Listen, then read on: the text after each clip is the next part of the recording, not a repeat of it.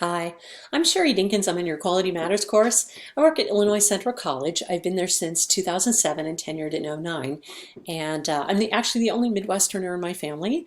I have two sisters who live on the West Coast and a family scattered up and down the Pacific Northwest. And I love the Midwest.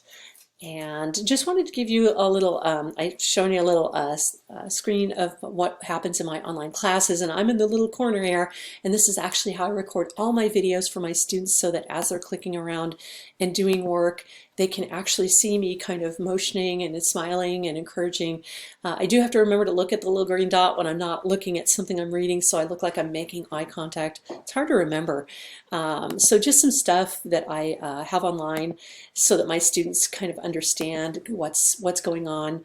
Um, Something that's kind of interesting that I do, I actually sent out my syllabus by snail mail this semester, and it was kind of because this is online, I know it's overkill to send out a syllabus, but I have a very comprehensive syllabus. It has all of my policies, it has all of the grading information, it has my course level expectations, and more on it. And I also have a day-to-day calendar. I have classes where I create a Wednesday and a Friday due date. The Friday is the heavy due date or something kind of more important is happening. The Wednesday due date is always like a 4-question quiz or a little outline or something. So kind of a lighter weight thing. And that kind of keeps them on track during the week. I don't know. I learn more during our QM discussion boards than I have in just my own teaching. But so there may be a lot that I'll change about this.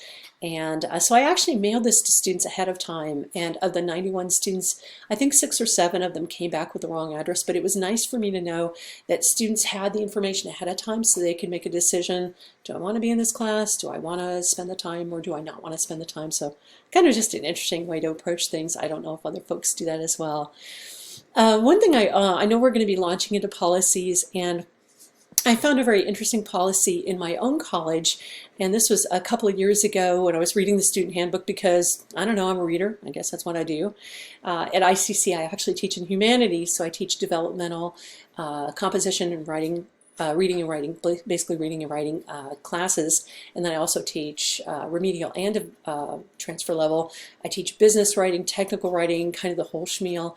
I've also taken courses and taught study skills, so kind of a wide range of stuff, and I love doing that. So one day when I was reading our actual student handbook, I came across something called grade exclusion. I've had several students who had like a catastrophic semester, not a medical withdrawal situation where they could provide documentation to the college for their own medical issue or a medical issue of a family member that's very, very close to, and they could have their transcript that semester kind of wiped off and have that tuition refunded in some cases. So medical withdrawal is actually really, really important, especially these days, but a grade exclusion policy for ICC would be something where a student hasn't come to school in 4 consecutive semesters. That would be 2 years, basically.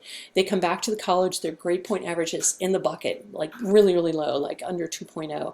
And they may tell me this during an office hour or something, or I may notice they're struggling and communicate with them. And basically, I'll refer them to this policy. What it does is it gives them a chance to fill out a short form and a letter, and basically the college wipes that whole semester off their transcript.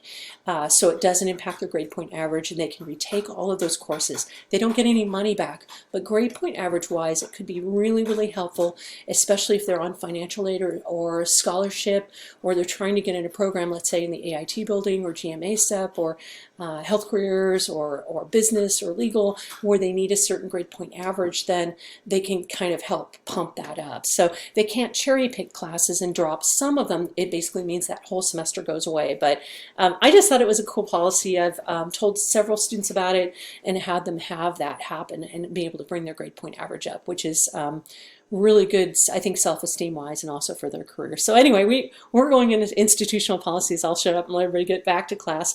As you can see, I'm actually already working on our class-wide, and just very excited to be developing as an online instructor. I've taught online since 2010. I taught online and hybrid classes both till about 2015 when I transitioned. I was doing face-to-face, online, and hybrid, and that's kind of a heavy load.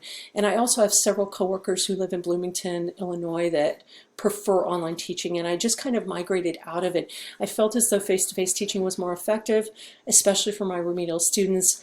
But now we're back. So I actually have had a 5-year lapse in online teaching, and I thought it would be really cool to get into QM and get my skills and my understanding of what I'm doing, kind of see what's behind the scenes. So I just thought I'd post this quick video. I've gone on too long, but I just wanted to say hello everybody and hope you're doing well as we get through these classes and get to be better instructors. I'm sure you're already good. So anyway, great to meet you, and we'll see you online.